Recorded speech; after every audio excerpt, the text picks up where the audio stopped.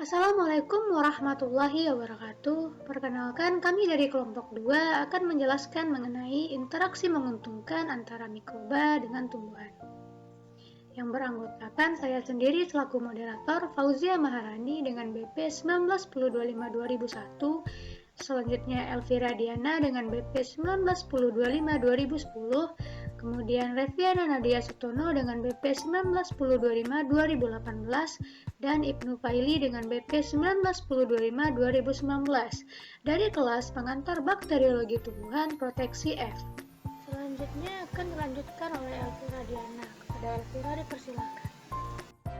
Baiklah, pada kesempatan kali ini kami akan mempresentasikan mengenai interaksi menguntungkan antara bakteri dengan tanaman. Interaksi antar mikroorganisme dapat saling menguntungkan. Interaksi ini disebut juga dengan mutualisme. Mutualisme yaitu interaksi saling menguntungkan antar sesama makhluk hidup. Hubungan interaksi mutualisme ini dapat terjadi antara mikroorganisme yang bekerja sama dalam proses metabolisme. Biasanya disebut juga dengan simbiosis mutualisme. Biasanya satu jenis mikroorganisme menyediakan nutrisi bagi mikroorganisme lain atau tanaman lain. Begitu pula sebaliknya, satu mikroorganisme juga menyediakan nutrisi bagi mikroorganisme lainnya. Jadi interaksi yang terjadi antara mereka saling menguntungkan. Salah satu contoh interaksi menguntungkan antara bakteri dengan tanaman yaitu bakteri Rhizobium dengan akar tanaman leguminosae. Selanjutnya kepada Reviana Nadia dipersilahkan. Di sini saya akan menjelaskan tentang simbiosis bakteri dengan tumbuhan. Simbiosis di antara bakteri Rhizobium dengan akar kacang-kacangan dibahas dalam ilmu tersendiri yang dinamakan rhizobiologi. Fiksasi N2. Dalam proses fiksasi, N2 direduksi menjadi amonium dan amonium berubah jadi bentuk organik.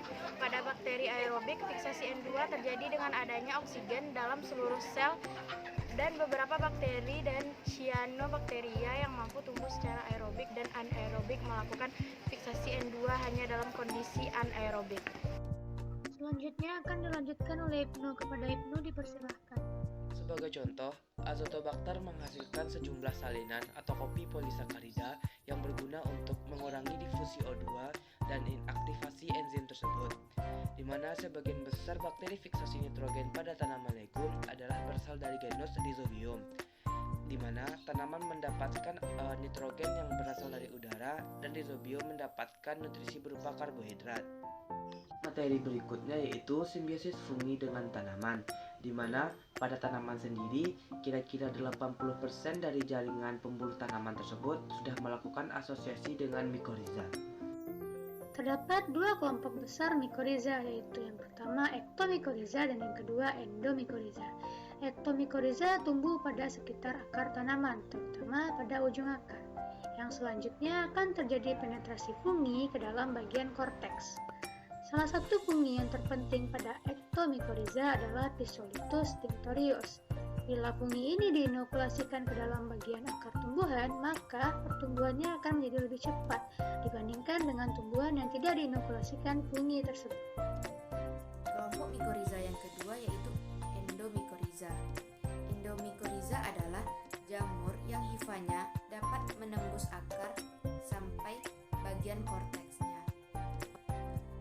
Mikoriza endotrofi dijumpai pada tanaman gandum, jagung, buncis, jeruk, dan tanaman komersial lainnya, serta dapat juga ditemukan pada jenis rumput-rumputan tertentu.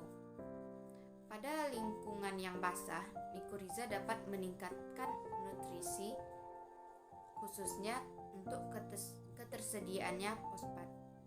Dan pada daerah yang kering atau gersang, mikoriza dapat membantu dalam proses pengambilan air dan juga dapat membantu untuk peningkatan proses transpirasi. Baiklah, sekian hasil dari presentasi kami. Apabila ada kesalahan, kami mohon maaf. Assalamualaikum warahmatullahi wabarakatuh.